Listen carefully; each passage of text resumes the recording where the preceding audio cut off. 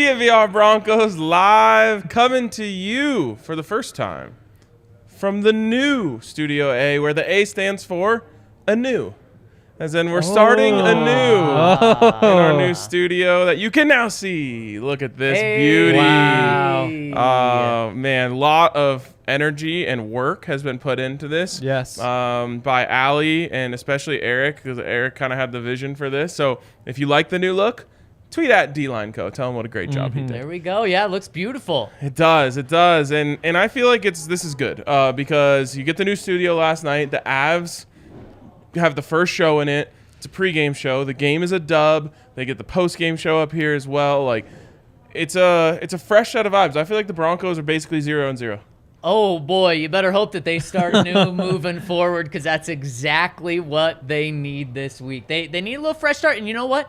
The Broncos have a little bit of a fresh start. They got away for a couple of days. In fact, Nathaniel Hackett gave them an extra long weekend, get some time off, and come back because they need a dub quick. Were the anti-field day people also pissed about the long weekend? You know, I don't think those people realized that the Broncos had a long weekend, and I almost tweeted about it, and I was like, I don't think this team needs that negativity right now. Wow. There's already enough negativity. That's very nice of you, Zach. Are you team long weekend? Or are you team like they should have fit a couple more practices in there? Here's the thing. They did get one extra practice in. They had an extra one on Tuesday, but they could have had two extra practices. But after losing a game, sometimes it's really good to play a Thursday night game, get another one to try to rebound. Well, the Broncos had that opportunity after losing to the Raiders. They had a short game against the Colts. They needed to get away, I think, instead of just grinding, get away, but then also capitalize on one extra practice. I think you got the best of both worlds, right? You got extra rest, extra practice, win-win for everyone. If this was Madden, like, you didn't even have to choose betwing the two things. You got to choose both. So you got the morale boost and the XP boost. I think that was the right move. And there you go.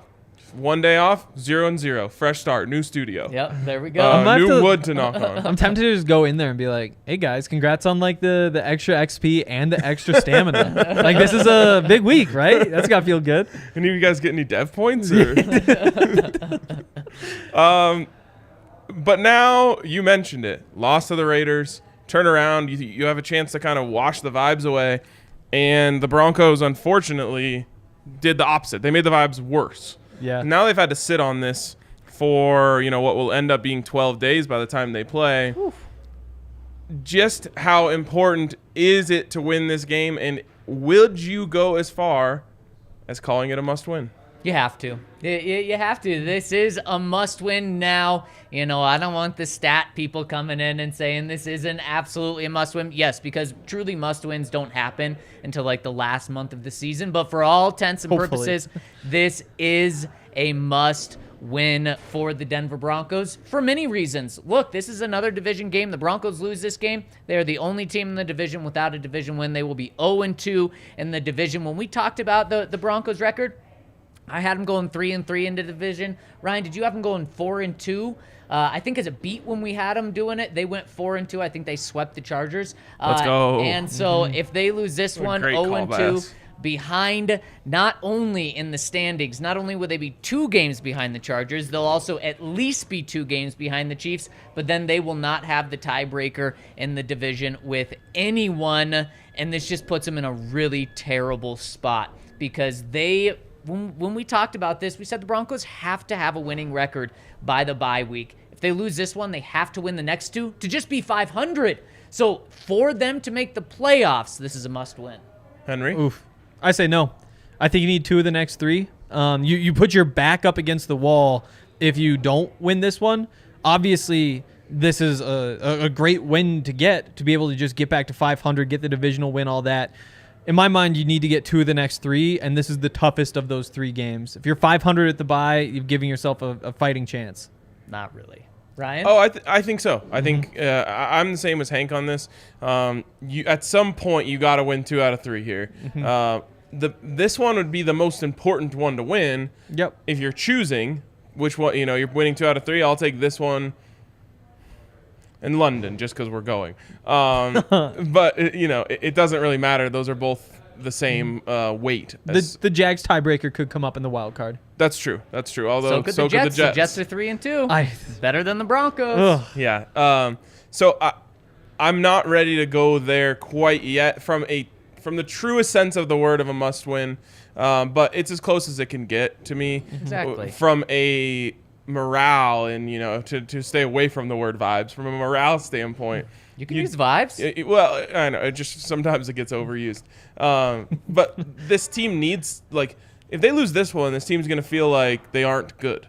If they win this one, they're going to feel like we are a good team that just had some bad breaks, I think. Exactly. They're going to be back to 500. They will be tied with the Chargers and, in fact, have the tiebreaker over the Chargers at that point. Then the Chiefs, if they lose to the Bills, they'll only be one game back of the Chiefs. Now, if the Chiefs win, then it's okay, because I think right now we've kind of adjusted our sights. Nathaniel Hackett's been preaching win the West. Realistically, I think everyone's kind of saying, okay, just make the playoffs now. You be competitive in the wild card hunt. And so it's okay. You win this game, you control your destiny. You lose this one, it's going to be very soon until we're saying, okay, well, you're going to need the Chargers to lose this game, the Raiders to lose this game. And right now, the Broncos have the toughest strength of schedule remaining. And so you lose this one, then the best you can be playing the 3-2 Jets the following week. The 2-3 Jags is 2-4, is 4-4 at the bye week. After the bye, to make the playoffs, I think you have to have 10 wins. You got to go 6-3. Who are you getting these wins from? At the Titans. They seem bad to start. They've heated up now. Can I just interrupt really quick? Yeah. This show's presented by DraftKings Sportsbook. Oh my there God. we go. Oh, Did you get no. an assist? No. Well, yes, I did from Allie. Okay. Not from the comment section. What's up with that, guys? Help me out a little bit. That might be our new worst. I know. I was too excited about the new studio. This You were always too happens. excited. Whenever there's something exciting happening, I forget. So sorry, DraftKings. But also, you're great. And thank you for all the money last night off of the Avalanche. There you go. And use the code DNVR to bet on the Avalanche. Plus 380, as Hank talked about earlier today. Plus money tonight. Yeah. Plus money tonight in Calgary. Teams. I was watching the DNVR Avalanche postgame show last night from right there. And Nice. AJ was saying teams on the second night of a back-to-back that are traveling onto that back-to-back against a team that is not playing a back-to-back win 30% of the time. But it's the Avs. But the Avs were Come on. historically good against that metric last year. I mean, this to me tonight for the Avs feels like what Kansas City on Sunday feels like. How often do you get the chance to bet on the Avs at plus money? How often do you get the chance to bet on the Chiefs and Patrick Mahomes at plus money at home? Yep. Just feels like when you kind of have to take, even though you're not going to be cheering for the one on Sunday. Also, I don't know. There's two schools of thought, too. I don't want to go too far into this in terms of their bodies should be as okay as they're going to be at any point. True. But at the same time, it's when you haven't worked out in a while and then you work out, you're way more sore than if you've been working out every week or every day. But They it's weren't not like working this out was in the- that third period.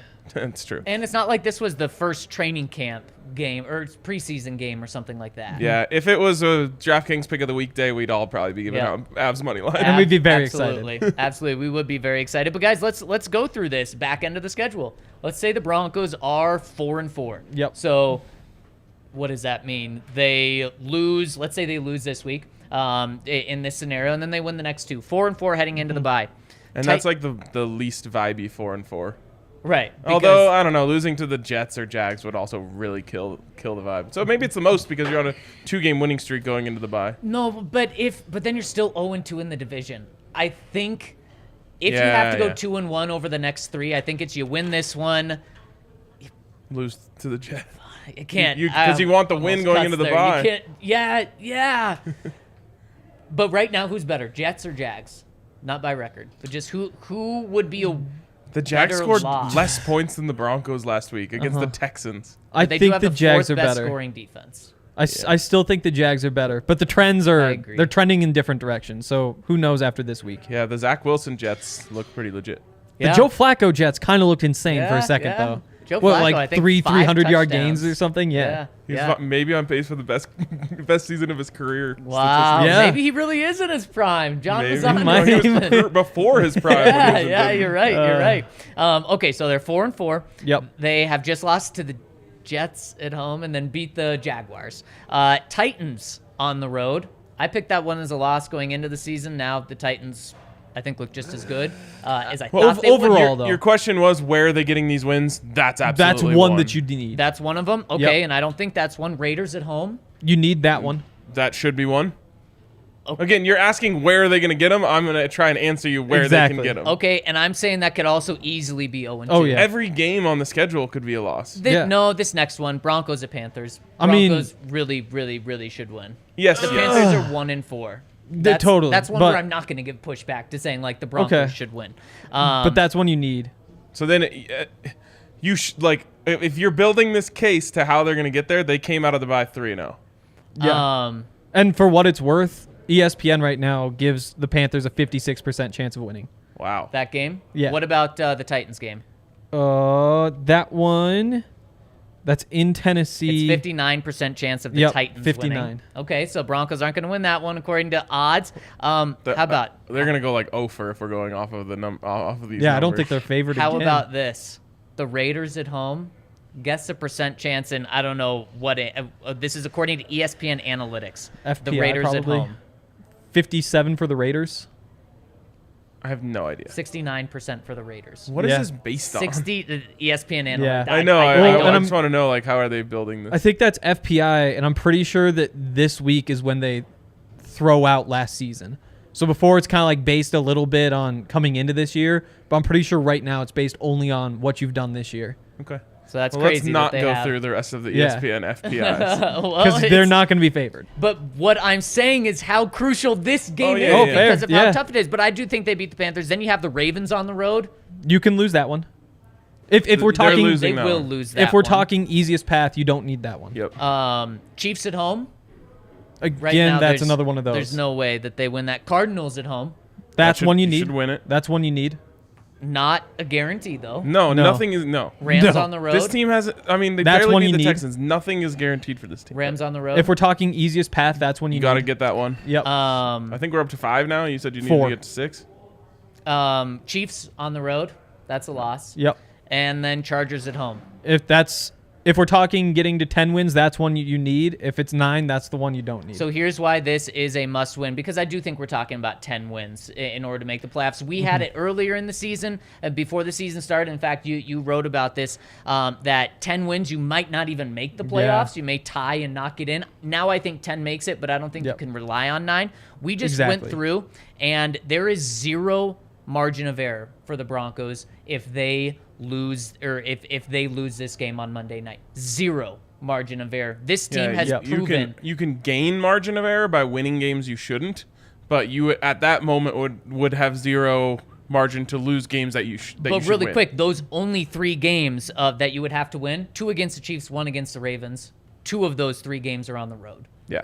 That is crazy. So if you want to make the playoffs, you want to get to 10 wins, this game is a must-win for me in order so that you have one game that you can drop on the other side of the bye going up against the Raiders at home, the Titans on the road, the Cardinals at home, the Rams on the road, the Chargers at home.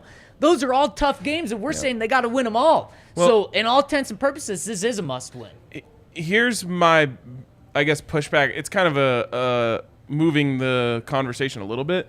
The only way any of this matters is if the Broncos get drastically better from what they are right now. True. So it's hard to prognosticate what these games are going to look like in December, because if the Broncos are who they are right now for the rest of the season, they're 6 not getting wins? close to the playoffs. Yeah. And we're talking more about how they gave a top 15 pick to the Seahawks. But yes, you're right. But on Monday night next week, remember, Hank, I got on you a couple of weeks ago for saying, I don't know, this team could win 5 or 6 games, or they could win 12 games. Yeah. This Monday night, I am comfortable saying if the Broncos lose this game, they're not a playoff team. No chance. If they win this game, they're right in it. Absolutely. They've got a great shot. Then they're looking at 5-3 at the playoffs. So that's how I view this game, and why I think it's a must-win is because I will know if this team is done on Monday night.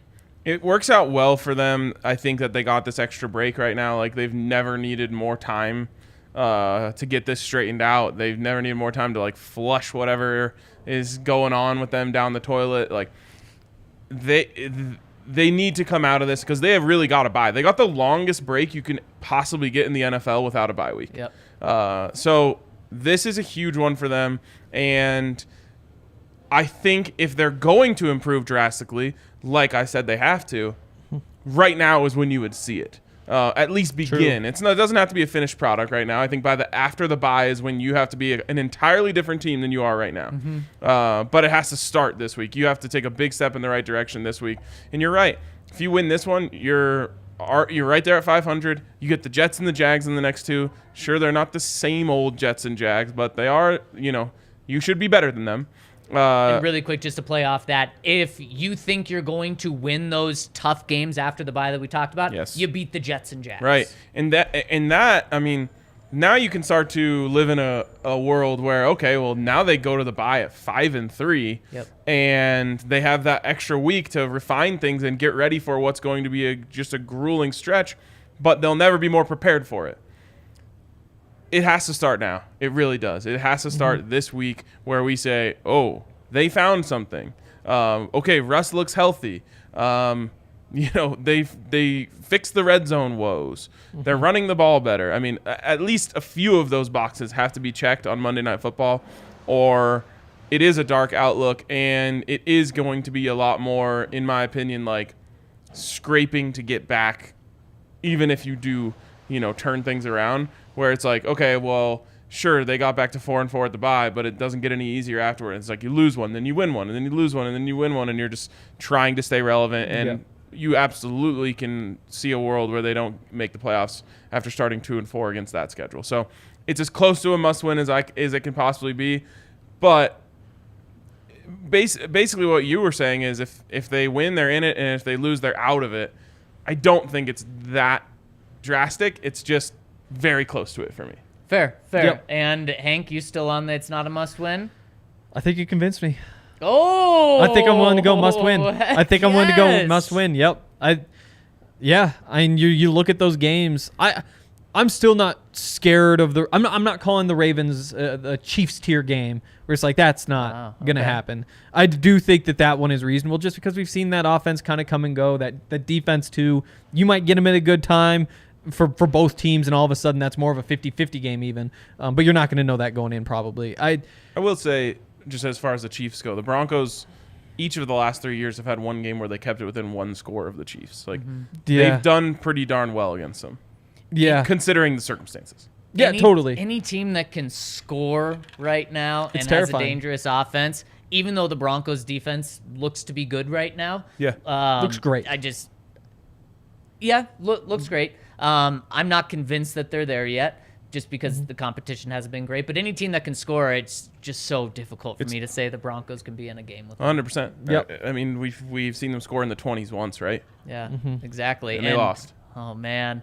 This is an opportunity. The Broncos have an opportunity to change that this week. A great one, and we're going to dive into that in a second. Henry, remind me to do, on the tailgate this week, let's do mock headlines for what's going to be the story the day after the game. Yeah. Those are tough because you got to make them catchy. But I just keep thinking about how there's nothing the Broncos can do to change the narrative in this game. 50 points. I'm sure. That's what it take. Yep. 50 points. I still think they would be like, wow, the Chargers are just screwed without Joey Bosa if they put 50 on them. I think 50 is the number where they say, like, hey, actually, maybe this is They're not going to get anywhere near that. So it's 49 no. Yeah. Fair enough. Well, crazy enough, we were planning on talking about this before we talked to Justin Simmons today. And Justin Simmons today, I was shocked. Justin Simmons, typically a very company line type of guy, knows the right things to say, stays within the boundaries. He did not do that today. When asked about this being a division game and taking care of games within the division, was not asked must win. Here's what he said. Oh yeah, it's a must win.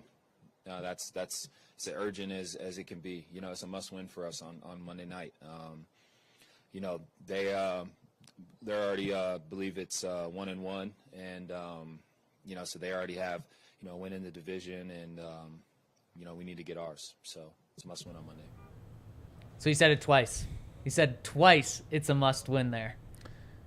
Yeah, I don't love that from a player. It's like my old thing about the column of the coach getting fired. Like once you write the column to fire the coach, where do you go from here? Right. So if it's a must win, and then they lose, I want someone to ask Justin Simmons, so is the season over? Because you said it was a must-win. Yeah, and that's essentially what you're doing. When Von Miller against the Cardinals on Thursday night a couple of years ago went up and said, we're going to beat their ass. That's incredibly bold statement for one player to make, especially that's not the quarterback. Now, they went out and did that, but what if they don't?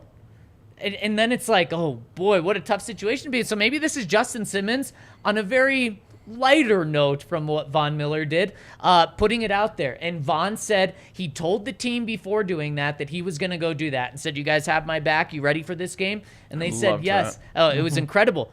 Maybe, I didn't get the feeling that this was the same thing, but maybe Justin said that. Maybe Justin's putting all the pressure on the guys and they say, yep, we got your back right now. It's a much different approach than Von took, but hey, if that's the approach they're taking, I love it, but I hate it on Tuesday morning if they lose. I would pay good money for Russell Wilson to come up to the stand and say, we're going to beat their ass. Wouldn't that be would nice? be incredible. I would kill for that. And he was like, the Chargers are the Chargers. Right, That's what I need in my life desperately right now. That'd be amazing. But yeah, I don't like players going here. There's only like so many cards you have to play. Like, what's next? The players only meeting? Yeah. Like, you know what I mean? Like the only have every Tuesday. Yeah, there you go. There's only so many things that you can play here. I think at the same time we want honesty, and we got it from Justin. Yep. So I can't sit here and bash him for saying it. What you got there was a real peek inside of how they feel, I think. And so, yeah, they're desperate right now. Maybe that helps. We saw what happened when the Raiders were desperate, right? They were more desperate than the Broncos. They got the win. The Broncos are absolutely more desperate than the Chargers this week, so that should be working in their favor. Yep. It's going to be so huge getting him back, too. First of all, just because of that sort of stuff.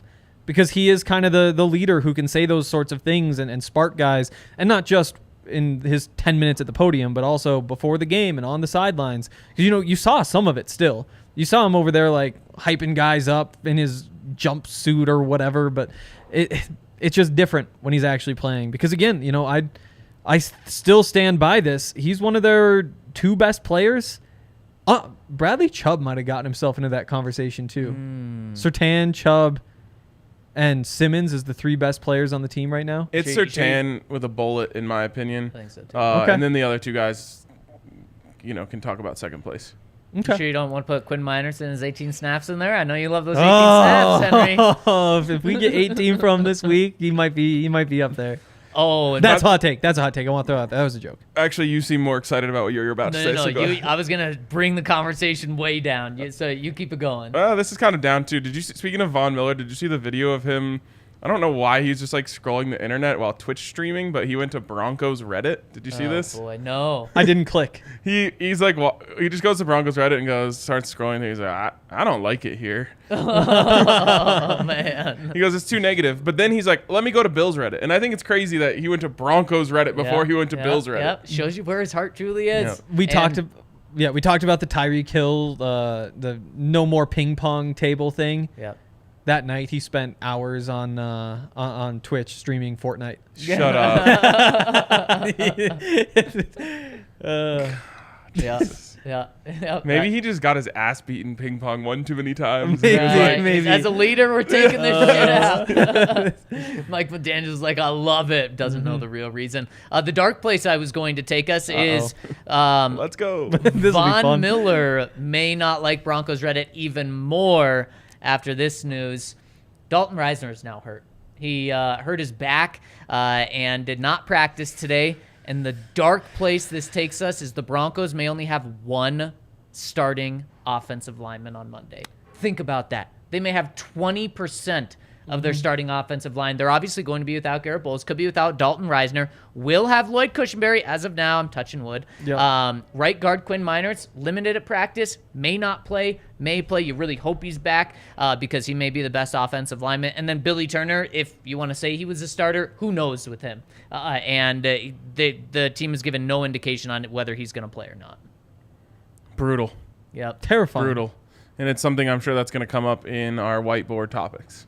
Yep, it absolutely will. And let's dive into those whiteboard topics. But first, I got to tell you about our friends over at Breckenridge Brewery, the delicious Broncos Country Hoppy Pale Ale. A little chill in the air now. I believe we get some 60s this week. That is perfect. Little hoppy pale ale type of beer sort of weather. And on Sunday, you don't have to worry about the Broncos. Saturday, you don't have to worry about the Broncos. You can just put back some Breck beers on Monday. With the game, you probably want to celebrate with the beer, and there's no better beer than the Broncos Country Pale Ale. So get your hands on it. Go to breckbeer.com in order to find out where to get Broncos Country Pale Ale or any other beer from Breckenridge Brewery. Speaking of that, if I could choose this, I would choose the Broncos to not play on Sunday every week. Oh, my Yes. goodness, me too. Let's just alternate Monday, Yes. Thursday. I'm so down for that. Although the prime time, That's you true. get that part of it. It's Yeah, worth but- it, though. Just watching football on the couch all Sunday is an elite.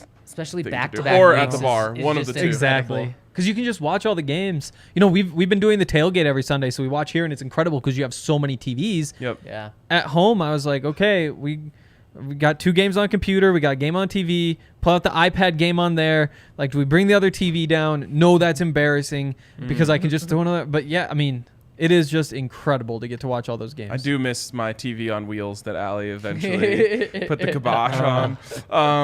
TV on I just went wheels. full red zone this Sunday. I hate Red And yeah, so I was actually just about to roast my dad for hating Wow. red zone. Zone. Wow. He was like dozing off and like waking up and being like, I just don't understand this. Like, Exactly. what the hell game is on? And I was like, it's really obvious. Like, you could just tell based off their uniforms who was playing who. This is the first time I've ever got to watch Red Zone this year, and I've only watched in the morning games. And if there's not a game on that you like, Red Zone's perfect. But like this Sunday afternoon, I'm gonna want to watch Chiefs and Bills, so I'll just tune it exclusively to that. That's Well, my that's thing. the Is there's- afternoon game though. Right, that's what I'm saying. It's Yeah, perfect. Yeah, it is perfect. Morning games, there's not a great one, so you watch Red Zone. My Yeah. thing is, I just get so excited about so many games. Like, I have those 5 games I had to watch, and like I wasn't gonna miss Kenny Pickett, so I'm not gonna miss a Kenny Pickett Didn't throw. miss So it's like much. You're Kenny not gonna Pickett's right miss there. a Kenny Pickett game. But see, that's the thing, is it's just like a higher level of standards. Where it's like I gotta watch those games, and then the other ones you just go back and rewatch during the week while you work. Ryan, you and I have low standards, I guess. No, I think so. I just think want so. action, straight action, like condense football into its purest, most distilled form, and just inject it directly into my veins for hours on end. Every Kenny Pickett throw is action. Oh my god. You can't miss them. Anyways, speaking of can't miss them, you can't miss the Avalanche or the Nuggets this season Yeah. because they're both going to be extremely excited. The Nuggets, for the first time in my life, except for that like 8-day stretch when they traded for Aaron Gordon, are having national people talk about them as a title contender, Yeah. Maybe. which is pretty cool. And then obviously the Avs are not a title contender; they are the title contender. Looked exactly like we thought they would last That's night. so good.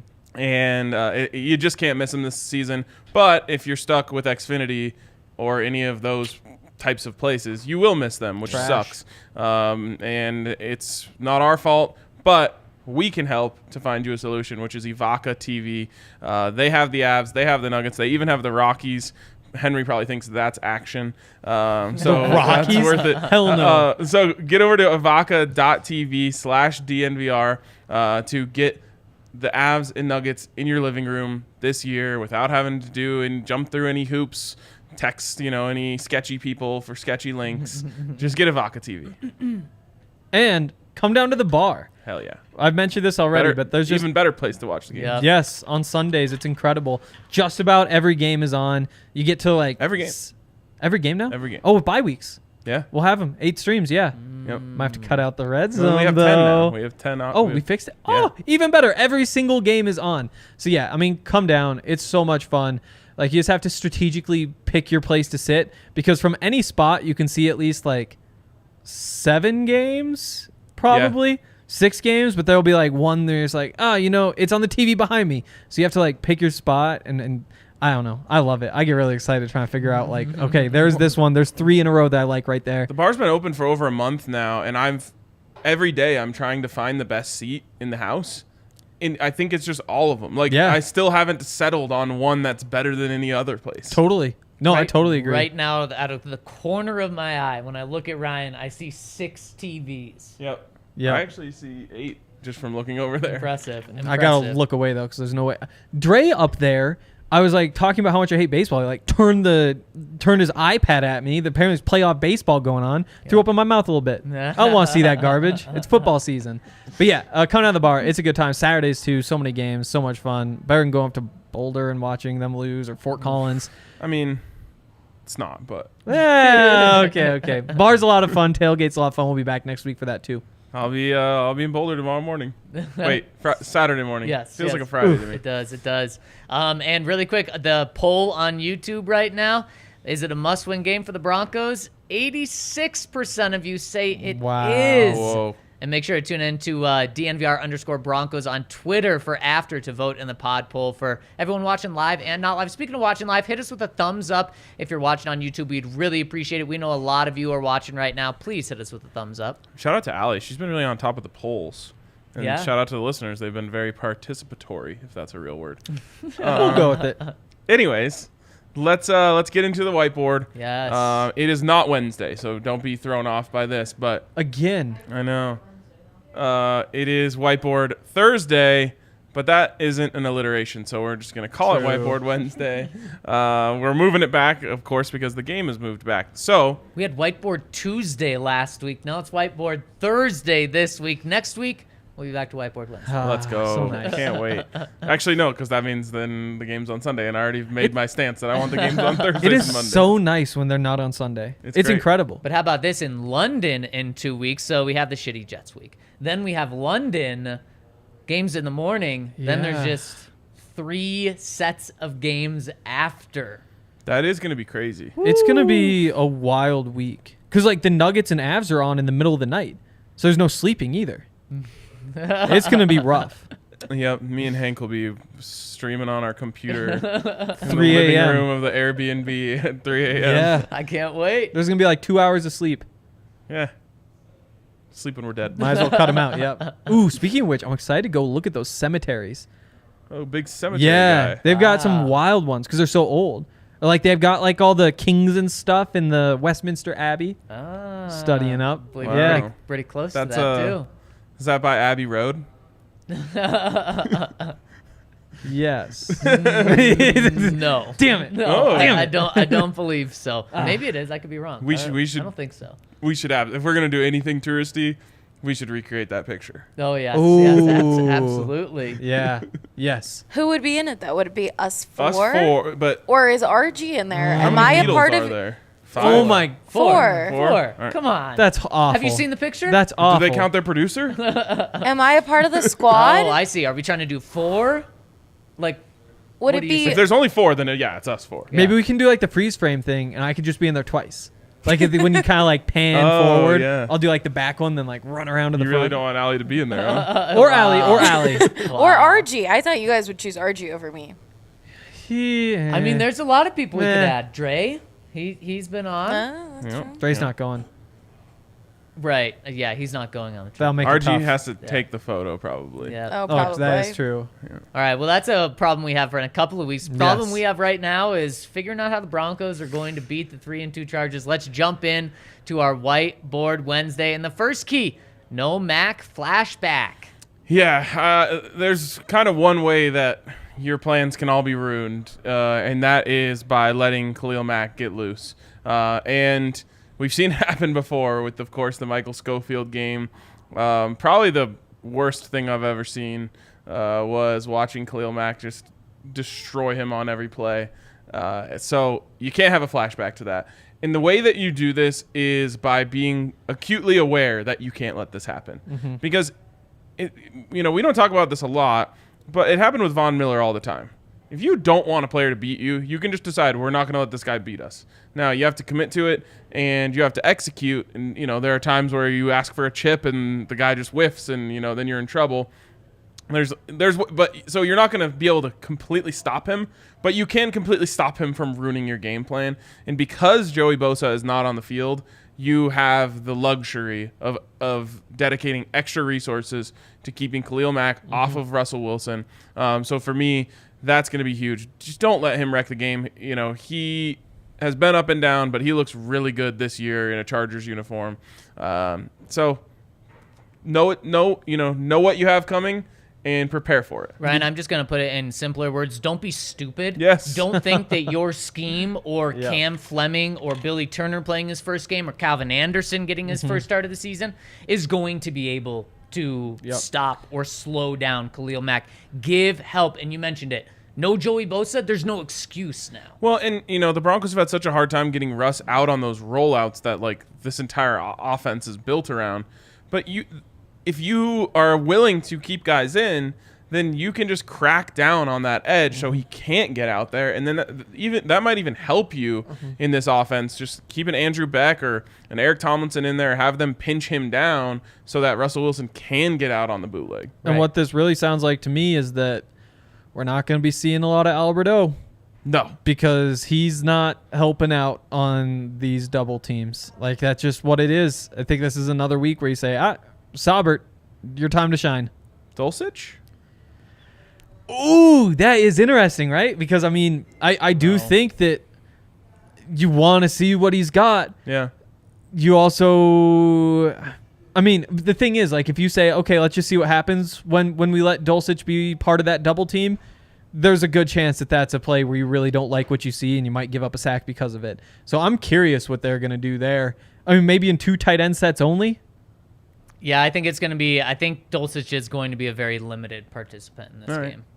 I might bet on him to get a touchdown just because it seems like a thing that would happen. How about first touchdown score? Oof. Or no touchdown score. Yeah. Back-to-back plus games. 10,000. And then parlay those together. Oh, God. Oh, man, that's crazy. So, yeah, Ryan, I completely agree. And when we look at this Chargers team, which we're going to do more in the next 24 hours, on defense, there's like just a couple of guys that can beat you. Don't let them beat you because it's not like they have a great team. They just have some great players. Khalil Mack's one of them. Derwin James is another. Let's hit our next whiteboard topic right here. Melvin's revenge. Yeah, you need Melvin Gordon to get his revenge game. Who knows? Maybe the offense just totally gets unlocked and Russ is throwing the ball around everywhere. I doubt it. Like, maybe the defense is able to keep Justin Herbert to 9 points like they have the last couple games with these different teams. Again, I really doubt it. Like, you just got to get this running game going. And if you're going to get the running game going, who knows? Maybe Latavius Murray turns back the clock and puts up big numbers. Again, I doubt it. Everything just points to, if this is going to be a successful offensive game, it's got to be Melvin Gordon. And it just happens to be that he's going up against his former team. You'll also see a world in which he gets overexcited and drops the ball. We're going to touch wood. Hopefully that doesn't happen. But I do think that this needs to be a game where Melvin Gordon sticks it to the Chargers. And this should be a game that Melvin Gordon sticks it to the Chargers because the Chargers defense is the worst rush defense in the NFL, giving up 5.8 yards per carry. Think about that, 5.8 yards per carry. And that comes with them being good in the first 2 games. The first 2 games, they gave up 64 yards on the ground and 93 yards on the ground. Pretty damn good. You take that. That was against the Raiders and the Chiefs. So teams that don't like to run the ball, especially early. The Raiders weren't running the ball much, but still, you would take that any day of the week if I said the team's going to give up like 80 rushing yards. Past 3 weeks, they've given up 151 yards to the Jacksonville Jaguars. The Texans got 131, and then last week, the Cleveland Browns, who do run the ball a ton, had 213 rushing yards.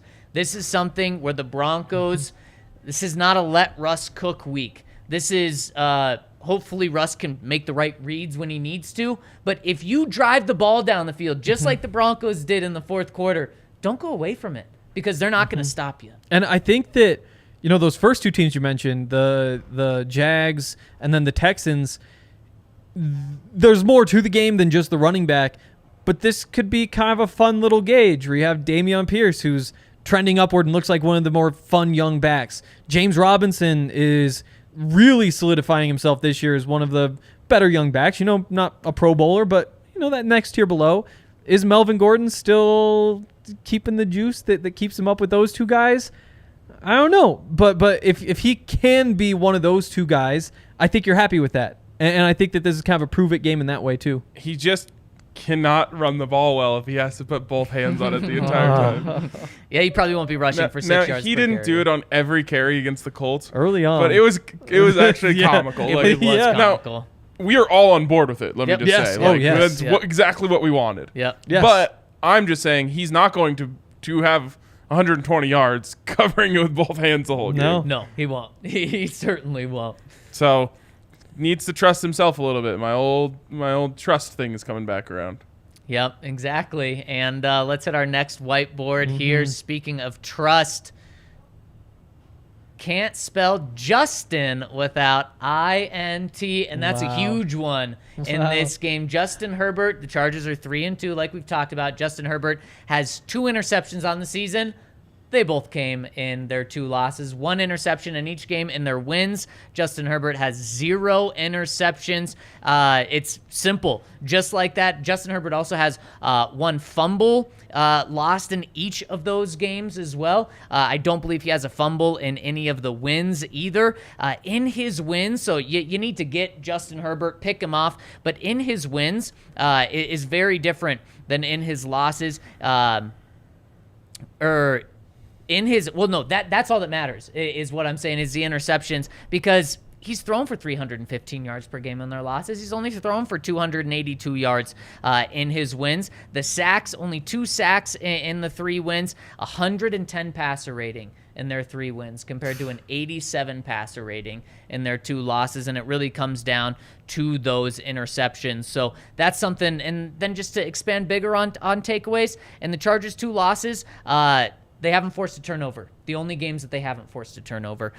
In their 3 wins, they have 6 takeaways, and their 2 losses, 0. I thought you were talking about Justin Simmons. I did too. When you wrote I did this too. down. Oh, yeah, no, Because Justin Herbert. I think Justin Simmons has intercepted Justin Herbert twice in his career. He has, yes. He had a very good game, or he's had very good games against them. Yep. Some of those numbers are crazy, though. Averaging 315 in those wins, that's a massive number.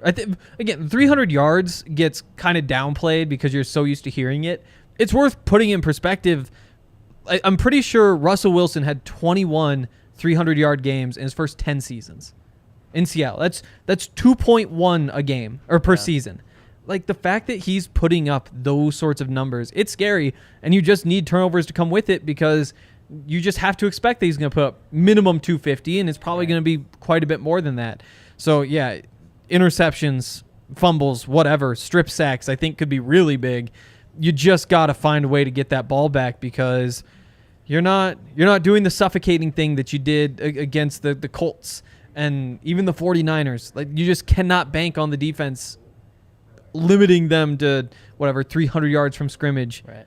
You got to get turnovers. Yep. And the Broncos don't really have defensive points at all this year, do they? 0. So maybe that's where they help the Yeah. offense this year, is getting a pick and running it back, or getting a strip sack and taking it back. That's all I could think about when I was sitting there on that Thursday night game. I was like, if they get a That's how defensive it's gonna- touchdown, they win the game. And they certainly would have. Yeah. There's no question about it. Yep. Okay, let's hit this next whiteboard topic here. And I think this one will make more sense for you guys. Tell me if I did this right. No TD and Austin Eckler. As in, you can't spell Justin without INT. You can spell Austin Yep. Eckler without TD. Exactly. And you're going to have to hold Austin Eckler to just limit him in touchdowns, is what I should say. Wrap your mind around this. In the past 2 games, guess how many touchdowns Austin Eckler has? 2 games. He was getting loose in that last one, like 5? 4? 5. Oh, 2.5 touchdowns per game in the last 2 games, and that's when he really picked up. In those last 2 games, not only 5 touchdowns, 233 rushing yards on top of 75 receiving yards. So we're talking about 150 yards from scrimmage and 2.5 touchdowns per game in these last 2 games. Just insane. In the 2 losses, Austin Eckler has 150 total yards with 0 touchdowns. So that just shows you he has been their weapon. In the past 2 games, they've averaged 32 points per game. In their 2 losses, they've averaged 17 points per game. So on offense, obviously Justin Herbert, but man, don't let Austin Eckler get loose. Yeah, it's so tough because Justin Herbert poses such a deep threat with that arm that it's just so natural to back up when they snap the ball. And Austin Eckler just squeaks out into the flat. He slings it over to him, and he's really good in the open field.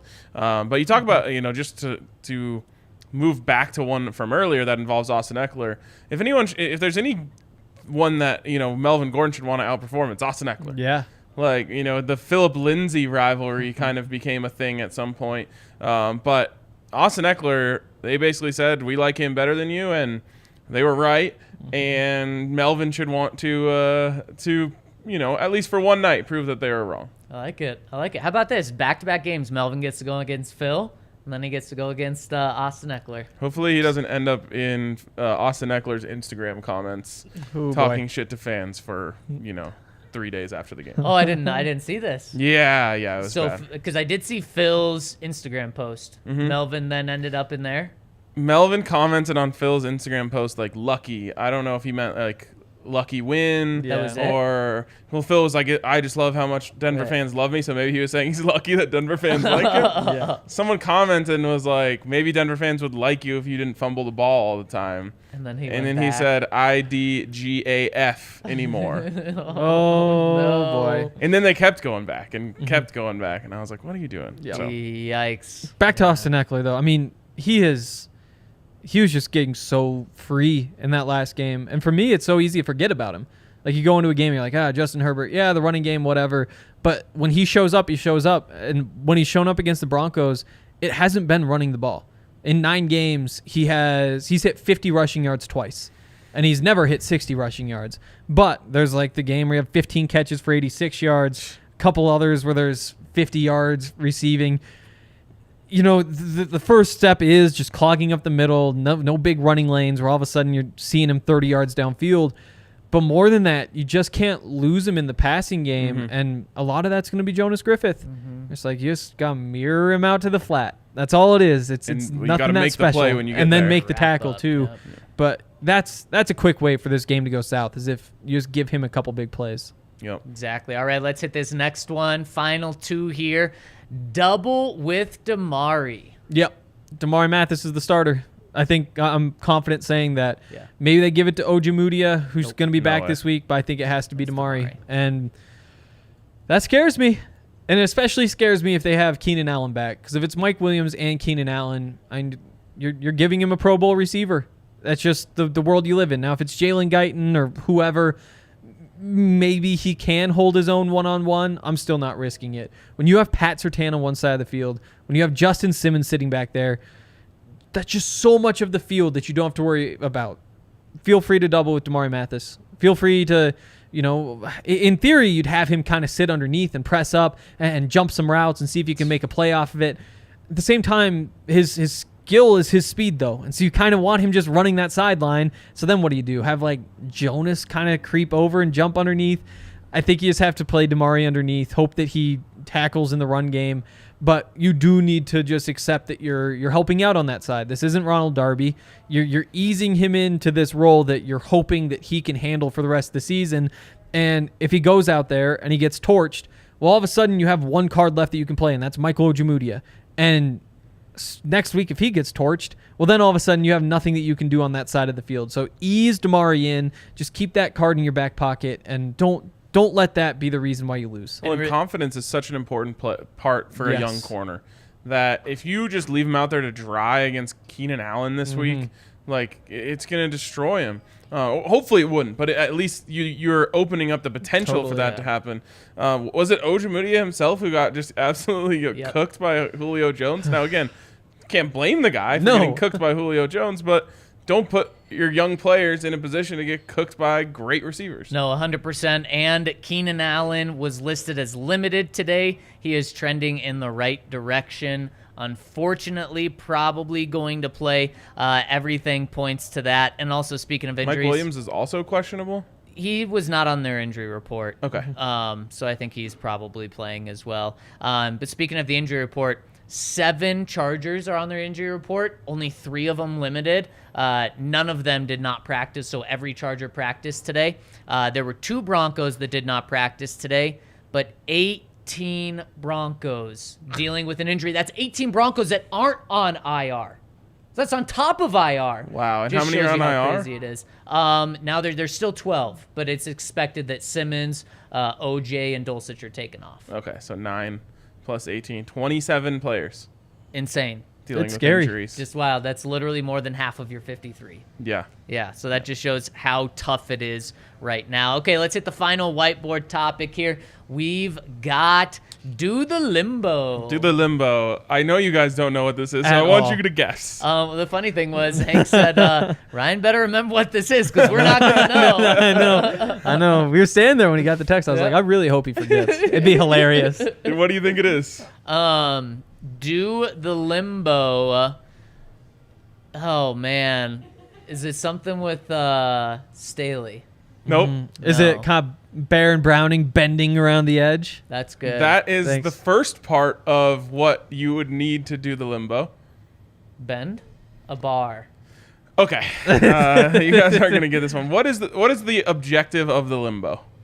To get low. As low as you can go, right? Yeah. Oh, the defense? So when you tackle Justin Herbert, you need to go as low as you can possibly go without breaking the rules. Because, as you know, you can't dive at quarterbacks' ankles anymore. Nope. But this dude is so stout up top that if you go high on him, he's going to shake you off. He has a little bit of Big Ben to him in that regard that you cannot arm tackle him up high. So it doesn't matter if it's Barron, if it's Bradley. These guys need to set the target around the waist or lower if you're going for him. And it's just such a dejecting thing when you get back there and you beat your man and then you go and you try to wrap around his shoulders and he just shakes you off and then he's able to shake out and make a big play down the field. So do the limbo. Go as low as you can go without breaking the rules. And the truth is he's young enough that you might even be able to get away with some leg tackling. But do not try to go high unless, of course, you're coming on the blind side and you can just wrap him up. But if you go high with arm tackles, you're in trouble. Just make sure you wrap him up. Yeah. Because they're going to blow that whistle so fast with the quarterback. If you can just get your arms around him for a second, just make sure you get your arms around him. Yeah, I was shocked that Max Crosby let Patrick Mahomes go so quickly the other night. It's just like a sign of the times. Totally. But it's got to be so scary when you're playing these guys to make sure you finish the play. Because they're so elusive and it's so much worse if you almost get there and then they break out because maybe everyone thought they were able to take a half breath there and the play gets so extended and someone's getting open downfield. I was going to say, and the thing is, it's not just going to be a play that's made, it's going to be a massive play. Totally. That's made. Yep. And speaking of massive plays, if you want to get in and get a massive win yourself, check out our friends over at DraftKings Sportsbook. You guys know I am a fan of the Crimson Tide. When Henry and I were talking about the Avs playoff chance or plus 380 to win the whole thing, I thought, boy, what if you couple that with Bama being plus 250? You get plus 1,500. I was expecting like plus 800, so I love that. That's a massive play that I'm probably going to hit because the Avs are just so good that it seems like I'm getting plus 1,500 for the for Alabama to win it all. And you can do that over at DraftKings Sportsbook. You can get in on the plus money on the Avs tonight. You can get in on plus money on the Broncos. They're plus 200 to win over at DraftKings Sportsbook. Plus 4.5 points if you just want to go with the spread. But whatever you do, if you bet the money line on DraftKings Sportsbook, new users place a $5 money line bet. You get $200 in free bets in your account. That's all you have to do, $5 money line bet. You can do that on tonight's game. Who you guys choosing? It's pretty much a pick 'em. The Commanders going into Chicago. I'll take the Avs and the over. Shut up. You can't do that. I mean, I'll take the Commandos. Really? Yep. I think you have to. Wow. Carson Wentz is incredible on Thursday Night Football. Isn't I think he's undefeated. He is 6-0. 15 No touchdowns, 2 way. interceptions. Oh, my gosh. I- Russell Wilson was also really good before last week, so that's my argument for picking the Bears. There you go. I hope the Bears win for sure. Yeah, absolutely. Always pull for our CHGO guys. We had a but CHGO shirt in here earlier. yeah. That being said, Carson Wentz makes actually incredible throws every week. Yeah. He's also makes really boneheaded ones, but I don't think I think a couple really great throws will be enough points to win this game. How about Ron Rivera totally trashing him this week? Okay, let's talk about that. Because they talked about what's the difference between you and the rest of the division. The rest of the division. And he said, quarterback. Uh-huh. So the difference between the Commanders and the Cowboys is the Cowboys have Cooper Rush. Right. He is right. so much better than Carson Wentz, though. The difference between the Commanders and the Giants is the Giants have Daniel Jones. What? I think the difference is coaching. Yeah, I think I don't know Ron's about a little that. off there. What did someone say the other day? Stop pointing fingers and start pulling thumbs. That's what old Riverboat Ron needs to do. Yeah, and I believe he's like one of the top coaches to get fired too. Actually, I saw updated odds from somewhere. Cliff has the highest odds to get fired. 3 He to just 2. signed an extension this offseason. That's crazy. If Doesn't I'm matter him, in the sure, NFL. fire me. I love it. Yeah, Why did they? totally. My new Why would they contract extend money. him if they thought, if we start, what's their record? 2-3. Yeah, If we start 2-3, we're he's going to be on the hot seat. we were. It's not like college where you can't have a coach on an expiring contract. We were at the combine sitting with our PHNX guys, and they were dogging Cliff. And then literally we're sitting with them, and they're like, he just got an extended. extension. Like, what? This doesn't make any sense. So, yeah, I don't know. It's crazy. But anyways, you can get in on tonight's game and any game this weekend at DraftKings Sportsbook. Use the code DNVR when you sign up to get that offer. And make sure to check the show notes in our details of the pod and YouTube. Yes, and also make sure that you're checking out the American Raptors. They are not home yet, but they do have another game on Saturday that you can stream on their website. They're 0-1. They took on that U23 national team. Those are some good rugby players. Those are some really good rugby players. Hopefully this will be the first win this week. And again, you can stream that there. All the home games you can go to for free. You just have to go get your free tickets at AmericanRaptors.com. Make sure you're following along with Colton Strickler and the DMVR rugby coverage because it's going to be a fun ride. There you go. Did you guys see there was a big night for me last night? Big night for me. One, I made it into the Avs montage of the team winning the You're cup. big They time. had a bunch of fan shots. Allie and I made it in there. And then there was one like quick flash of just like this view Yep. of the bar. Oh, yeah. I think I saw Mitch in there, Kira. And then, so that was like on national TV. Then in the post-game show, they put my tweet up on the... I did see that. So like Wayne Gretzky read my tweet yesterday. Damn. Wow. thinking- So what was it? I said, because they have that TNT set out front of the ball arena. Oh, yeah, And I said yeah. they should just buy this land from the Cronkies because they're going to be here a lot. I didn't see the video, but apparently on there they were like, no, it's too cold here. And I was like, it's literally like perfect fall weather right now. What's wrong with you Yeah. guys? Plus, Also, like, you're hockey players. It's Canada. Yeah, like you're going to go Wayne up to Canada. Gretzky? I don't think he's the one who Okay, said okay, that, but okay. like maybe Biz because he's lives in Arizona, I think. Oh. Yeah, which would also be soft. Yeah, it would be. Yeah. But yeah, I was just thinking, I didn't even think about it last night when they showed it. Then this morning I was like, Wayne Gretzky read my tweet yesterday. You know Wow. what we call that, Ryan? Big time. Big time. yes, absolutely. All right, speaking of big time, should we talk to our listeners? Let's do it. Got a super chat coming in from Barney. Says, what if Russ does not improve? ... Then we will not have any fun. And then the Broncos will win 6 games, as FPI says they will. They've got them at 6.1 wins. And that'll be the start of the most disappointing era in Broncos history. I don't even need Russ to necessarily improve. I need Russ to play more like he did in week 1 than he did in week 5. Yeah. And I mean, on the long haul, you definitely need him to play better than Yes. that. But just in terms of like moving forward, it's the biggest fear for me is the injury. Is that injury going to stop Russell Wilson from being Russell Wilson this year? And that includes running the ball. I think I said this on Monday, but like when you watch games on Sunday, all of the biggest plays, not all, most of the biggest plays happen when the quarterback breaks the pocket. And that was what you thought you were getting with Russell Wilson, is a elite pocket breaker. Yep. We haven't seen it nearly enough from him, and I'm worried that the injury is not allowing him to be himself. That's what I'm worried about. I'm not necessarily worried about him being on the decline and never getting it back, but that does worry me, especially for this season. Yeah, I mean, I think after the bye week, if he's still playing like this, that's when I'm worried about his future. Long-term future, Yep. Yeah, I even think with the that's fair. injury.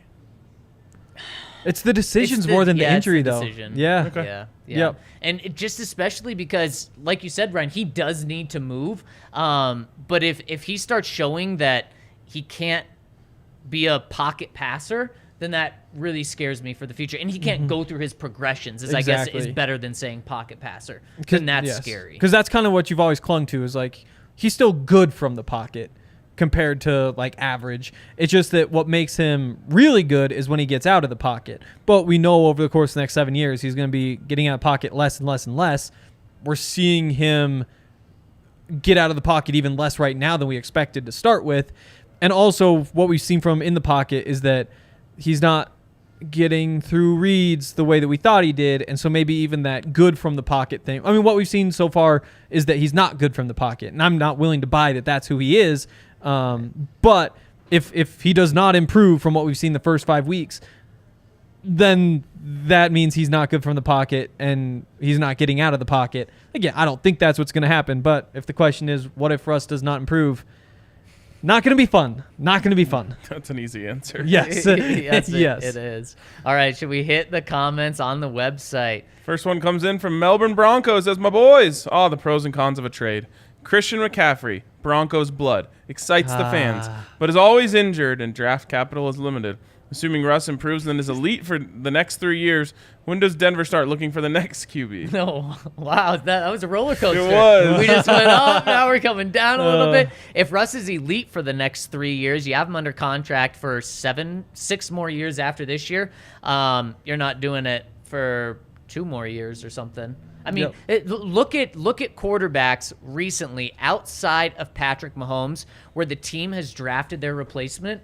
It has not worked well. Trey Lance, now obviously injury, but that team looks a lot better now than they did with Trey Lance.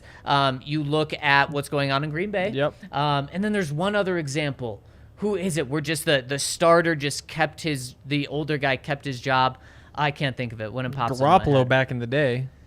Aaron Garoppolo Rodgers. with Brady. Back in the day. Yep, exactly. That's one. Yep, Aaron Rodgers. It's just, and like Brock and Peyton, that just didn't make sense. There is Mahomes.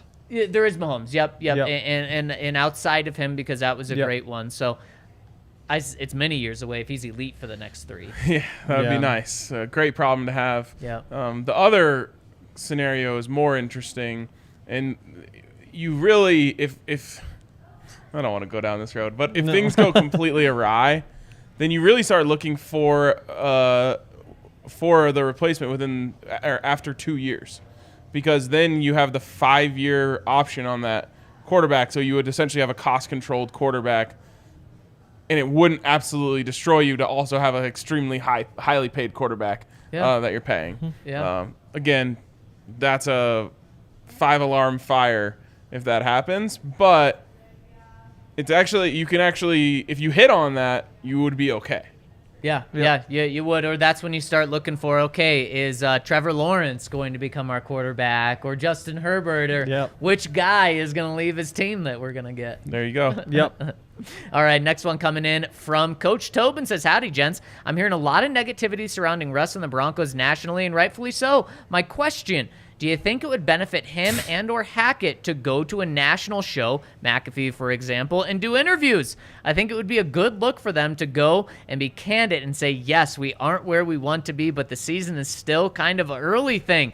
Thoughts? All right, first of all, Russ can't be candid. He's just not capable of it. That is true. Yeah. That's fair. And so, no, it would only do him harm to go on there, because he would just go and say his cliches, and they would be pressing him and laughing and all this stuff, and he would just be stoic and to it. Nathaniel Hackett, his best quality is that he's like funny and endearing. Yeah. And if he goes on a show like that, at this point, everyone's just going to be like, this guy's an absolute clown. Yeah. So, no, I don't think it can do them any good. If they go out and win, say like 35-14 this week, something where it's like a solid win, you're thinking maybe the tides are turning, then I could see Hackett going on and there being a benefit. Where you say like, yeah, you hear that kind of stuff, and all you can do is kind of laugh it off and just be like, yeah, it is what it is. We got to do our stuff inside. Like, it was a thing that happened, but you need to have some resounding win that almost feels like maybe not total closure on that era, but at least kind of a step in that direction. Nothing that Hackett or Russ can say right now is going to benefit them. Nope. No. Only either neutral Actions. or negative. So yeah, it doesn't not make sense for them to talk. The only thing that can help them is not just one. They need like 3 straight really good performances. Man, you go into the bye 5-3, the vibes are completely turned around. Yep, and everyone says, did we write him off too soon? Yep. Can't believe we wrote the obituary on Russell Wilson already. He looked Yep. incredible, blah, blah, blah. Exactly. He just needed time. It was Yeah, all growing totally. pains. Growing pains, of course. Again, like we're almost 5% of the way into this 7-year contract. Give me to 10%, and then we can start having talks. 5 more games. All There right. you go. Yep. Miss Quill says, loved your Raiders-Chiefs discussion 2 pods ago. Well, I'm on Zach's side. What was the Raiders? Oh, the 2-point Oh, thing. yes. If you get the 2-point conversion and go ahead with 4 minutes to go, you're giving Mahomes 4 downs every time on a potential game-winning drive. If you tie it up, then punting on a 4th down is still on the table. And if you hope to get lucky in OT, does that make any sense? It actually does. Yeah. Yeah, to me, it's just, and I've thought about this after to put it the best way. Just don't give the Chiefs an extra opportunity. Ever. In terms of like, well, now you don't need a point. But to In that understand case, your though, side though, Make them Ryan, run. Yeah. to understand your side though, Ryan, is it's tough to beat the Chiefs, so might as well do what you can to try to beat them. Yeah, it's just, can you get a lead on the Chiefs with 2 minutes left in the football game? Or I guess it was 4 in this case. Yes, you should take the opportunity. It's, as I said, I think you're just losing either way. Like, you just didn't have the ball with enough. Like, you got to essentially. beat them. You You have have the Nobody ball last, does. like You- very last. Yeah. You get called for a weird penalty, which gives the Colts even more time than they expect to have. Run it off. You get the ball back with 30 seconds left. It still looks like the Chiefs are going to win, but Mahomes throws an interception. And you're just like, oh, I guess Mahomes did the thing nobody thought he'd do. That's it. You get lucky. The evidence that we have suggests that you cannot give the Chiefs more than 12 seconds. It's just wild. Actually, more than 11. Yep. wild. So you have to win the game on a game-winning field goal as time expires, or a game-winning touchdown as time expires. Or just get up big. Well, and like the Raiders didn't have that luxury. You know, they're inside the 10-yard line with 4 minutes left. Like, there's no world in which you get to take a bunch of time off the clock. Or get up big and keep scoring. Even 17-0 wasn't enough. What but if you get that to 24-0, hey, maybe. Broncos were once down 24-0 in a primetime game. So true. Came So back. true. Could happen again. That'll be a fun conversation to have on the Monday night post game. Oh, If man. they win that Oh, game. goodness. The count says 2021. The last time I walked from Mile High to the bar, this peculiar fellow asked me if I wanted to buy from him some juice. What is juice? Like Dulcich, eight catches, 110 yards, 1 touchdown type juice, maybe? Love the count. No Did you buy shot. the juice, Wow. the count? Yeah, I would love some juice. Arvada Luke, rounding out my little diatribe. Numbies likely will not agree with this take by definition as it isn't quantitative. Ah. But I think one of Elway's greatest shortcomings as a GM was neglecting the vibe in favor of tangibles. For example, I think we dropped DeMarcus Ware way too fast, leaving a defensive room with a void of leadership and experience. We also hired Vic Fangio, who probably thinks culture and positive workplace environment are just millennial malarkey. I guarantee you that's the fact. Yep. This also feeds into the Melvin Gordon versus Philip Lindsay debate, which makes me nervous on this issue with Peyton. That is why the current toxicity in the fan environment is somewhat shocking to me. We have both hands on the wheel of the vibes bus. I think of the great fan bases such as Bills Mafias, long struggling fan bases who have been tempered by the ravages parody that are finally getting their due. I even think of Chiefs fans who spent literal decades being little brother to the likes of Elway and Peyton, finally getting a little moment. I'd rather be more like those fan bases than Pats fans. Ew. Anyway, let's all work together to detox Denver. Cheers and W tidings to all. Arvada Luke. Well, I'm really confused at how the fan base that is extremely toxic, according to him, has their hands on the wheel of the vibe bus. I think he's saying the Broncos have their hands on the wheel, so the fans shouldn't be as toxic. I don't know.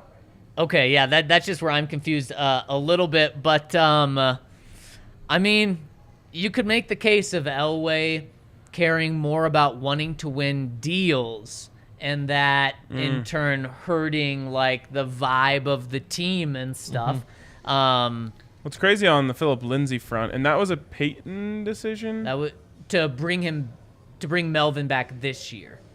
Okay, so no, wasn't it a Peyton decision to not bring back Phil on the yes, for RFA? Phil. Yes, exactly. That was one where it's like you just did it because you didn't like him anymore. Yeah. And you didn't like him, and Pat Shurmur didn't like him. Yeah. That one was like a tough vibes move for sure. Yeah. Especially because it just would have been so cheap. I think you could have had him for 1.5 or something like that. Yeah. So there, you obviously you have to make decisions based on a lot more than that. But there is certainly a value to the locker room and what you're doing to it. And like, for example, we talked about it when they're re-signing Justin Simmons. Like, is Justin Simmons necessarily deserving of being the highest paid safety in the NFL? Maybe not. But because of all of the things that he does for you additionally, it is worth that extra premium that you're paying. And he didn't end up becoming the number 1 safety, did he? He did, and then quickly became Yep. 2. Yeah. And, there's a lot of talk, like Russell's losing the locker room, all that sort of stuff. Today's the first time we were allowed back in the locker room since that kind of started after that last game. Vibes seem fine to me. There's, like, the same amount of, like, laughing. There's, like, the same amount of Russell in there? intensity. Never saw Russell in there. But that's He usual. was That's there like at the very end. Oh, did Can't he? lose what I you missed never that. had. It's Yep. true. Yep. He's in there probably half of the days. It's more than that recently. Oh, it's like man, 75% of the days, but he's in there for an average of 45 seconds probably. I was gonna say it's not chopping it up. No, I'm No. not saying he doesn't chop it up with teammates. No. But when we're past there. teammates with Seattle, specifically this week, would say that he does not chop it up. Again, it's probably different when the media is not in there. Or it could be. By the way, I've always liked Marshawn Lynch, and I like him even more after watching that interview because Richard Sherman was just like dangling bait out there, just like dunk on Russ, dunk on Russ, dunk on Russ, and Marshawn was just like, yeah, man, like I'm just concerned for him. Like I hope he's doing all right. Like I know it's been really hard. Like blah blah. And I was just like, God, I love you, Marshawn. Yeah. He not said it take- different than that though. Well, yes, but I just thought it was cool. He's like, no, I care about. Like I hope he's doing okay. Yeah. I know this is a tough time, and he's a guy who thinks about this stuff a lot. So, shout out Marshawn. Yeah, shout out, because it's also really cool to see someone finally not just try to dog him. And another guy was KJ Wright on the radio, I believe yesterday, a former teammate, defensive guy. Remember, defensive guys don't like Russell Wilson. He came from he wasn't apt to get Russ with his comments. One of the things he said was, Russ didn't connect with guys that much, and that's something that concerns me. And then another thing he said was, when guys got mad at him or had criticism for him, they were mad at him. They were screaming at him, as opposed to like going up to your teammate and being like, hey man, let's do this different. And he said it was kind of sad that Russ never got that brotherly love. And that goes kind of the connecting with guys. Well, and Marshawn said the quiet part out loud, which was what I've been saying with the whole lead singer effect, which is like, yeah, we were a team, and it wasn't portrayed like that nationally. Like it was all Russ, but we all felt like it was a team, and because of that, guys were rooting for him to fail. Marshawn said that his own teammates were rooting for him to fail while he was in Seattle. It's wild. It's wild. And The defense hated him, it seems. But because they felt like he was getting their credit. It's Yeah. such a silly thing. Yeah, Yeah. 100%. And you wonder if some of that plays into, like, Pete Carroll, players coach. Everybody likes the players coach. He lets them go and feel their own things and say their own things and all that sort of stuff. That is kind of like what allows a culture to kind of spiral when you don't have that, Fangio type firm hand, which doesn't necessarily mean it's a bad thing, but there is always a give and take with all that sort of stuff. And what's concerning when you relate it to the Broncos is Nathaniel Hackett has made it all about Russ and made sure that it's very clear it's all about Russ when it comes to what he's going to do for the offense. And now I think that's right, but it's been put out there publicly, and that can just be a little tough. But also with Richard Sherman and that defense, it's not like they didn't get any credit. They were called the Legion of Boom. They got so much credit. Yeah. So, like, dude, and you got paid. They wanted your more. whole safety, all of your guys got paid. Like, what are you doing here saying that you didn't get enough credit? Yeah. Well, did you see what Justin Simmons said on Russell Wilson's Instagram? Speaking of guys having his back. No. So Russ posted, that he was at the Children's Hospital yesterday, which is such a cool thing that he does, and I don't care what you think about him as a player or anything like that, or if you think it's fake or anything like that. He does it every off day, and that's not fake. And even if it's fake, the effect is still the same. He goes and helps out for free and gives people, an incredible chance to meet Russell Wilson. But at what point does what you do every single week for a decade not become fake? Yeah. Like, when is that you? I don't think it is, but someone will try to point, well, he's just trying to do it. He just wants to take a picture with his 3 brand stuff on. I saw that. And, which is just so dumb. But Justin Simmons goes in there because all the comments are, learn how to play football, blah, blah. I said, some of y'all fans are so lame. My guy's at Children's Hospital bringing joy to those struggling in real-life situations, and you're critiquing our team's play. So sad, man. Go comment under football posts. So to the point that, KJ Wright was making, it's nice to see a guy, Russell's teammate, have his back like this. Yeah, absolutely. And also Justin wasn't saying, like, you guys are all stupid, you can't have your own football takes.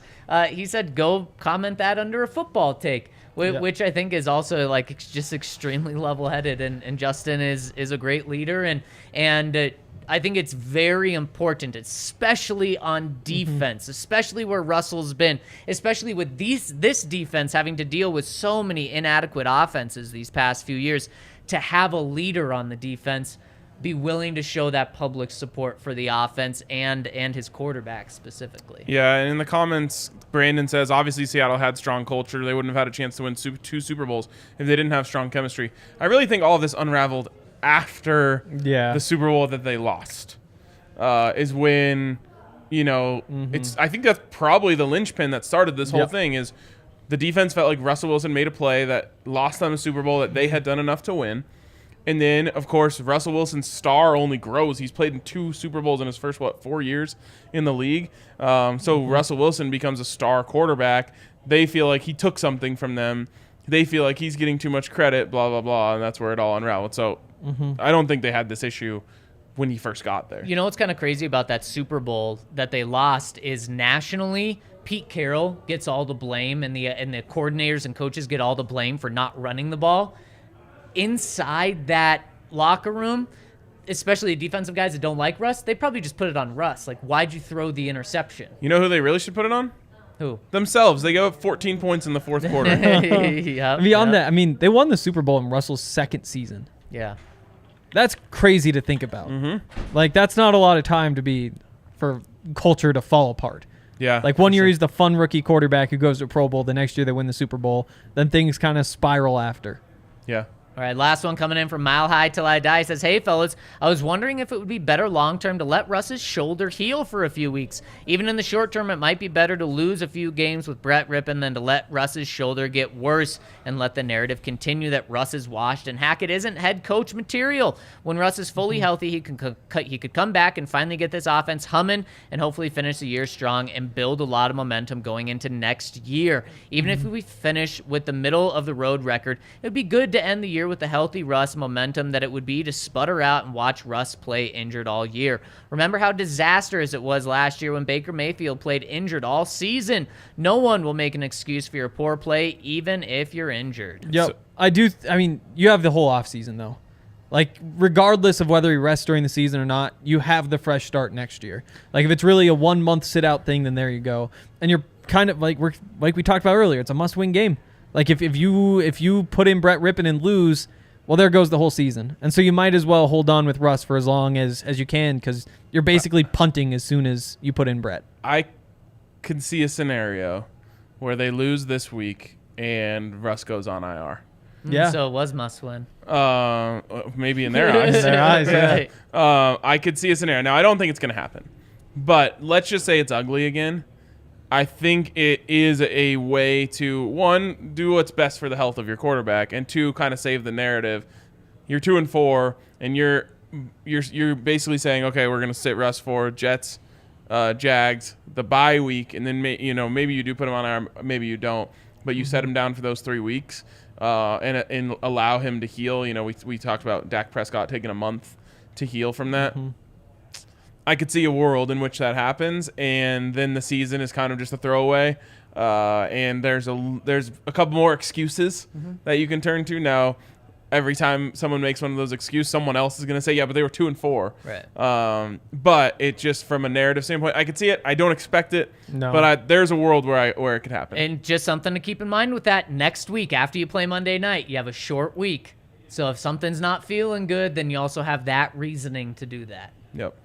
All right, and we have another super chat that came in from Brandon. Says, the media needs to stop bullying Russ. Let him be. Is that us or other people? It can't be us. I don't think No, bullying that's not Russ. us. I mean, he's taken, I think, some fair shots about his play Totally. nationally, locally. He's also taken, I think, some very unfair, cheap shots, more so nationally. When you're a $250 million quarterback and you play poorly, Comes with it. yeah, that's just what happens. And you feel bad for the guy for sure because he doesn't deserve it. But also, you do have that $250 million. He is clearly not in the best headspace, and I think that's something that Marshawn was pointing to. He can tell, but some of the tweets that he has tweeted this week show that, like, one of them was a Churchill quote about, was it being in hell or something? If you're going through hell, keep going. And then I think today it was, or yesterday it was something about it's tough times quote, or like it was something the exact same thing, but about tough times. And I think he's more talking about the team in these yeah, posts. I just, if the first one I wasn't going to say anything about, and then I think there's been 2 or 3 after that.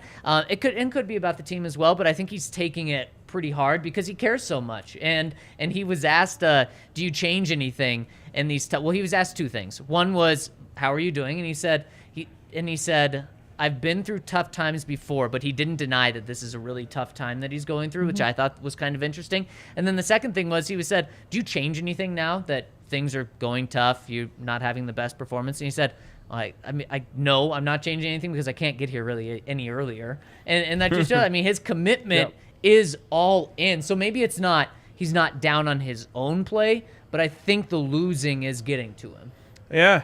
And, Jake Plummer had a quote when Joe Flacco became the quarterback, which was just about how playing quarterback in Denver is different. And I should have pulled it up here as you were talking, but it was just like whoever comes in here needs to understand that it's a gauntlet. And I've talked about it before. The fans expect greatness and will settle for nothing less.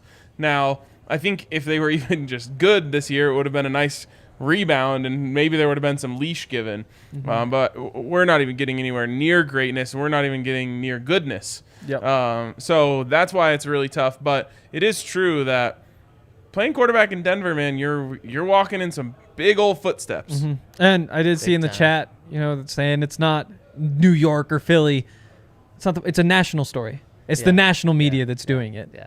Big time. Yeah. Big time. And speaking of big time, a big time super chat coming in from Andrew. Hey. Let's go. Just literally a super chat. Thank you so much, Andrew. Thanks, we really Andrew. appreciate that Let's support. Go. And another one. From 19 EHF, all offseason I was told the Broncos had elite weapons.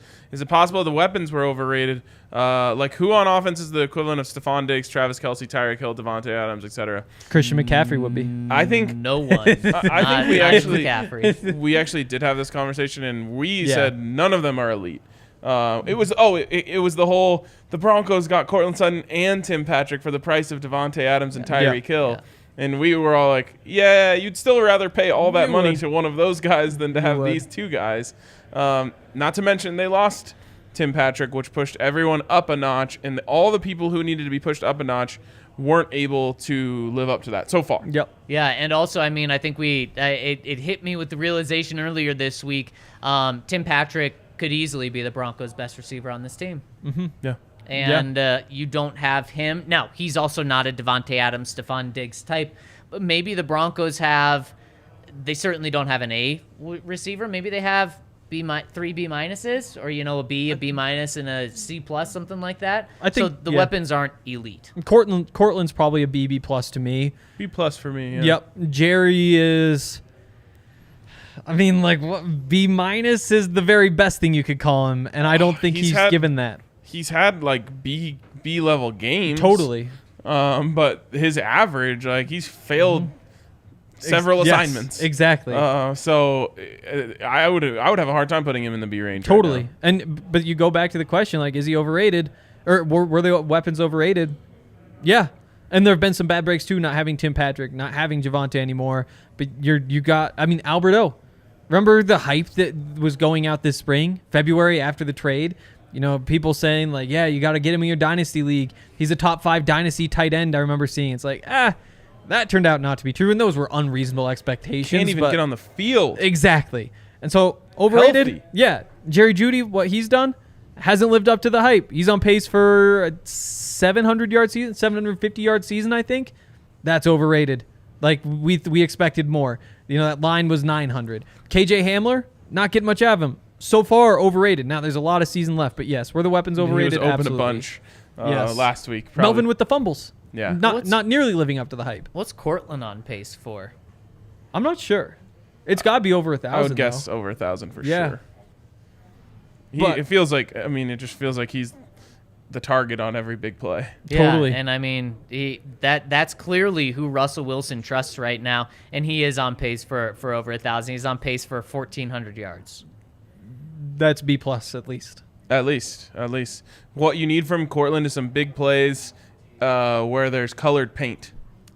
Yeah, I mean, one And touchdown. I'm not talking about this is the middle of the field. Right. No, I have one touchdown right now. And you need it just doesn't feel like Cortland's been a 1,400-yard receiver. It feels like there hasn't been impact games from him outside of maybe the Texans game when he had 122 yards, 7 catches. That's really been it. Yeah. We're all just laughing because someone commented, dude, your shorts are way too high, but no one's wearing shorts. It must be Henry. My Must be tan thinking you have pants? some tan legs. Yes. That would be I mean, hilarious. they are tight pants. They so, are, I mean, yeah. I can see it. That would be hilarious Those if are they just thought definitely I mean, Henry's the skin whole ass color. leg He's was out. literally not. He's just dangling outside Hairless. of his top. Wearing a Speedo. Yeah. Those Someone would be else. very short shorts. Someone else asked, "Do you guys live at the bar?" Ryan and I almost do. Yeah, Yeah. The answer is yeah. yes. I would say I probably spend more time here than my own house. Oh, 1,000%. I don't know. I mean, look at Henry's shoes. They even kind of look like maybe little toes. Oh, they kind of do. See it, you Yes. Yes. Oh, all right. I think that's all we have here. Makes me wonder if I could get away with not wearing pants. Robert, can like you if I did wear please pants, they explain just look to like us what khakis. you- Try it tomorrow. People's to Broncos. assume. We'll see. Yeah. You'd fit right in with the locker room. A lot of pantless guys walking around Very there. few pants in there. And there's no one upstairs, so they can't be accidentally watching A different a show. different stream. Robert. I mean, it's got to be Henry. Maybe it was gotta someone's be. comment, like someone's picture in the comments. no. We did have a I don't- Raiders fan in here. We Shout also out for dropping a comment. We also had a Chiefs fan back again. Wow, Can't just get can't enough. get away. There you Cannot go. get enough of us. No, there's nothing. All right. I don't Well, know. the pants mystery, the shorts mystery, will live on for another It day. will. Great first show in the new studio. Great first So show. true. Thank you guys for making it special. Again, tag D-Line. Tell him you did a great job. Bonus pod tomorrow. Stay Hey. tuned tomorrow afternoon for one more final prediction. Yeah. Broncos win. We shall see tomorrow. We shall. All right. That's going to wrap it up for us. Hit us with a thumbs up if you haven't already, and we will see you tomorrow.